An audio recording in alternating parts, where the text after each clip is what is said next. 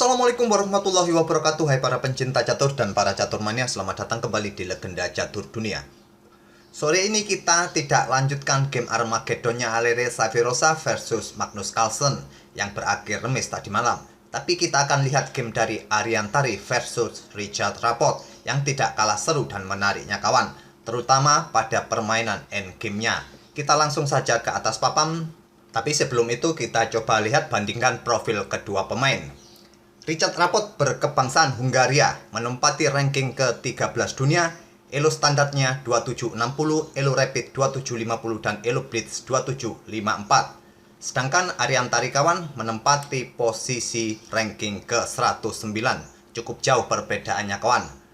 Jika dilihat dari elo rating dan peringkat dunianya kawan, mungkin sebagian kawan-kawan bertanya, kenapa panitia tidak mengambil atau mengundang para pemain-pemain yang elo ratingnya lebih tinggi?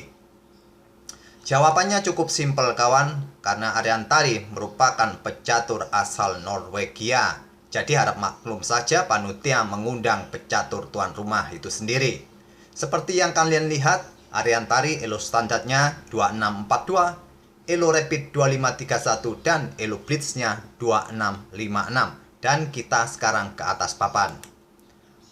Ariantari di sini kawan pegang putih mengawali permainan dengan pion E4 dibalas Richard Rapport dengan pion E6 French defense, pion D4, pion D5, kuda C3 dan gajah B4. Ini adalah variasi Winawer. Pion E pukul pion D5 dipukul balik oleh pion E. Sekarang gajah putih berkembang ke D3. Kuda hitam berkembang ke E7, takutnya kawan nanti bila dikembangkan di peta F6 ini, takutnya mungkin kena pin oleh gajah putih. Walaupun gajah putih masih bisa mengepin kuda kawan, tapi Ariantari melanjutkan pengembangan kuda F3 dan Richard Rapport mengembangkan gajah ke G4 mengepin kuda. Pion H3, gajah mundur ke H5, Ariantari rokade dan Richard Rapport mengembangkan kuda B ke C6. Dan langkah berikutnya kawan yang paling banyak dimainkan oleh putih adalah memainkan pion A3 untuk mengusir gajah. Tapi di game ini kita temui variasi yang lain. Di sini Ariantari menarik mundur gajahnya ke E2 memblokade pin-pinan dari gajah hitam. Yang ditakutkan adalah kuda sedang mengincar pion yang ada di peta D4 tadi. Dan di langkah ke-9 ini kita temui variasi baru yang belum pernah dimainkan sebelumnya. Richard Rapport melanjutkan dengan langkah rokade pendek. Ariantari melangkahkan kudanya ke H4, membuka tantangan pertukaran gajah petak terang. Tapi sementara ditunda oleh Richard Rapport, dia terlebih dahulu pukul kuda di petak C3. Setelah dipukul balik oleh pion B, rusaklah struktur pion putih di sayap menteri. Barulah sekarang Richard Rapport pukul gajah putih, dipukul balik oleh menteri putih. Selanjutnya beteng F bergeser ke E8. Menteri bergeser ke F3 menghindari discover attack dan menteri hitam bergeser ke D7 untuk menambah kontrol pada peta F5 ini kawan, agar kuda putih tidak berani lompat ke peta ini walaupun ada kuda yang menjaganya. Di sini Ariantari melanjutkan pengembangan gajah D2, kuda lompat ke A5 untuk menempati peta yang strategis kawan, peta C4. Dan nantinya putih sudah tidak bisa mengganggu kuda hitam ini kecuali nanti terjadi pertukaran kuda di peta C4. Ariantari membalas dengan menggeser beteng A ke E1. Kuda ke C4 menyerang gajah, gajah mundur ke C1. Sekarang pion A5 untuk mendapatkan penguasaan ruang, dibalas Ariantari langkah menteri ke H5. Beteng naik ke A6. Kuda mundur kembali ke F3 mungkin berencana untuk lompat ke peta G5 kawan, mendukung menterinya untuk melakukan skak di peta H7 nanti. Tapi terlebih dahulu pion G6 oleh Richard Rapport mengancam menteri. Menteri bergeser ke H4. Sekarang pion F6 untuk mengontrol peta G5 ataupun peta E5 ini. Dan langsung direspon oleh beteng naik. Bersiap untuk mendobel betengnya, dibalas dengan langkah kuda ke F5 mengancam menteri. Juga menantang pertukaran beteng. Di sini pertukaran beteng sudah tidak bisa dihindari kawan. Karena jika menteri putih ini bergeser, maka beteng putih akan tewas. Jadi Ariantari pukul beteng skak, dipukul balik oleh menteri hitam. Selanjutnya menteri putih bergeser ke F4 menghindari serangan kuda.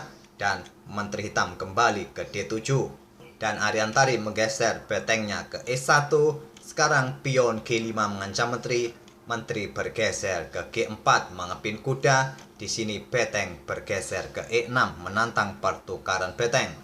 Tantangan ditolak, Ariantari memilih memainkan pion H4. Kenapa putih tidak berani pukul kuda yang terlihat gratis ini kawan? Karena alasannya cukup simpel. Jika pada posisi ini tadi menteri putih pukul kuda ini kawan, beteng hitam akan pukul beteng putih dengan tempo skak, dan di langkah berikutnya menteri putih ini akan tewas oleh menteri hitam. Jadi pada posisi ini Ariantari tidak berani pukul kuda hitam ini memainkan pion H4. Dibalas dengan langkah beteng pukul beteng terlebih dahulu skak, dipukul balik oleh kuda. Sekarang menteri hitam ke E6 menyerang kuda, kuda ke D3, dan barulah sekarang menteri ke E4. Putih sudah tidak mempunyai kesempatan untuk pukul pion G5 ini lagi. Di sini tak ada pilihan terbaik lainnya kawan kecuali pertukaran menteri. Jika menteri putih menolak, pion H4-nya akan tewas. Jadi Ariantari menyetujui pertukaran menteri. Dipukul balik oleh pion mengancam kuda, kuda ke C5 menyerang pion yang ada di petak B7, juga menggarpu pion E4. Di sini Richard Rapport pukul pion H4 dengan kuda, melepaskan pion E4-nya kawan atau pion B7-nya. Di sini Ariantari memilih pukul pion B7. Langkah terbaik adalah pukul pion E4 dengan tempo menyerang pion yang ada di peta F6 ini dengan tempo skak nantinya. Tapi Ariantari lebih memilih pukul pion B7 dan kuda kembali ke F5. Selanjutnya kuda putih juga kembali ke C5 mengancam pion yang ada di peta E4 ini. Di backup oleh kuda di D6. Selanjutnya pion G4 untuk menghadang pergerakan pion ini maju kawan ataupun pion H. Dibalas Richard Rapport dengan langkah raja ke F7, mulai mengaktifkan rajanya. Begitu juga dengan Ariantari, raja G2, raja hitam G6, pion A4 menghentikan laju pion hitam di lajur A, dan sekarang pion H5. Pion G pukul pion H5 skak dipukul oleh raja hitam, raja putih ke G3, sekarang pion F5, dan kuda ke E6 mengincar pion C7. Dan Richard Rapport tidak berusaha membackup pion C7-nya ini kawan, ataupun mendorongnya satu langkah. Tapi di sini Richard Rapport melakukan skak dengan pion F4 skak, dan Ariantari memutuskan untuk pukul pion ini menggunakan gajah. Sebelum pukul balik, Richard Rapport melakukan skak dengan kuda di F5, gajah bergeser ke H3, barulah sekarang pion G pukul gajah. Dipukul balik oleh kuda putih skak, raja ke H6. Jika tadi raja bergeser ke petak gelap ini kawan, kuda akan melakukan skak dengan garbuan pada pion C7. Di sini kuda kembali ke E6 mengincar pion, kuda ke E7. Lanjut Richard Rapport merelakan pionnya kawan, dipukul oleh kuda putih. Tapi langkah ini adalah langkah blunder yang dimanfaatkan oleh Richard Rapport dengan langkah raja bergeser ke G5. Raja putih ke G2, raja hitam ke G4, raja putih ke F1, dan raja hitam ke F3. Selanjutnya raja putih bergeser ke E1 dan kuda hitam bergerak ke C8 untuk lompat kembali mengincar pion yang ada di peta A4 nanti. Di sini kuda putih ke E6 dan kuda hitam ke B6 mengincar pion A4. Kuda putih ke G5 skak, raja ke F4, kuda ke E6 kembali skak, raja ke G4, dan kuda lompat ke C5 membackup pionnya. Dibalas dengan langkah raja kembali ke F3. Sudah tidak ada skak lagi kawan. Di sini kuda putih bergerak ke B3, merelakan pion untuk dipukul oleh kuda hitam. Ariantari mendorong pion D5-nya. Dan Richard Rapport melangkahkan kuda ke B6, mengosongkan lajur bagi pion-pionnya untuk segera promosi. Di sini Ariantari melanjutkan pion D6, pion A4 mengancam kuda, kuda ke D4 skak, raja ke F4, dan kuda lompat ke B5. Menghentikan pergerakan pion ini kawan yang didorong maju ke A3 ataupun mengawal pionnya dari ancaman kuda hitam ini. Tapi di sini Richard Rapport tetap berani pukul pion D6 ini.